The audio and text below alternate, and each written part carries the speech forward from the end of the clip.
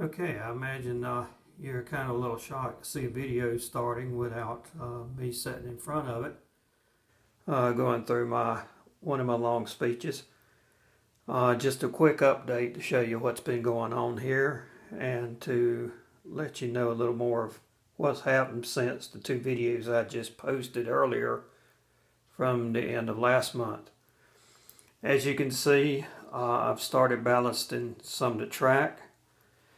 Had stopped about right along where that truck is and then started back up, not realizing that I had gone from fine ballast to coarse ballast until after I'd already got it in there and had got it glued down, and then got to looking at the end results.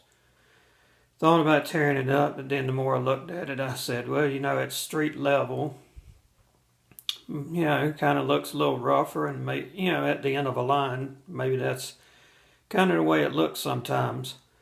I think I'll put some grass and some other things around it to kind of tie the coarseness in with it so that it looks even more so, like a rough part of the stub track. But anyway, looking over here, there was a small crack, well, you can still see it right beside the station, where the styrene ended and the other part of the layout began. Filled in the crack and kind of smoothed it out a little bit with spackling. And I think I'm going to try to use that as my roadway, at least for a little part, see how it works out. So hadn't smoothed anything down yet, so we'll see.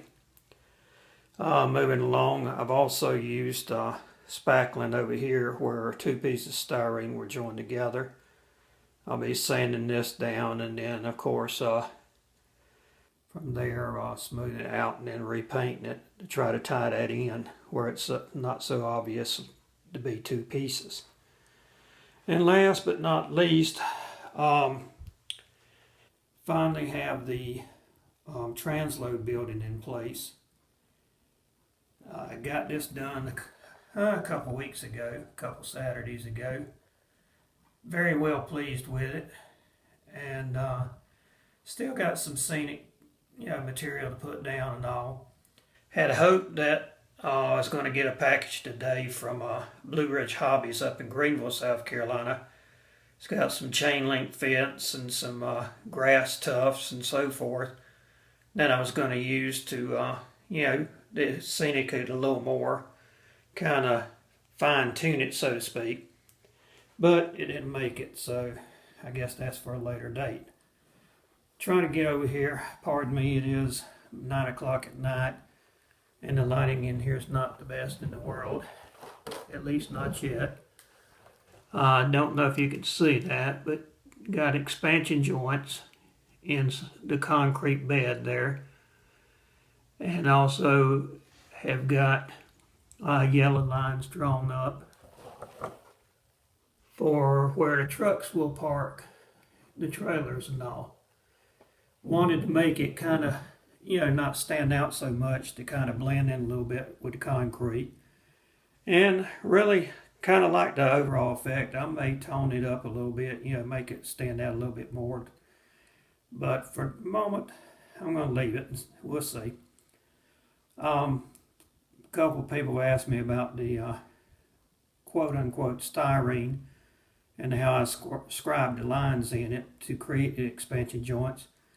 Well, believe it or not, that is not styrene. That's actually one piece of foam board that I bought at Hobby Lobby and used it to what I'm very satisfied with results. In fact, I plan on using it in some other locales, and I can use it, to create ditches, so forth, so on.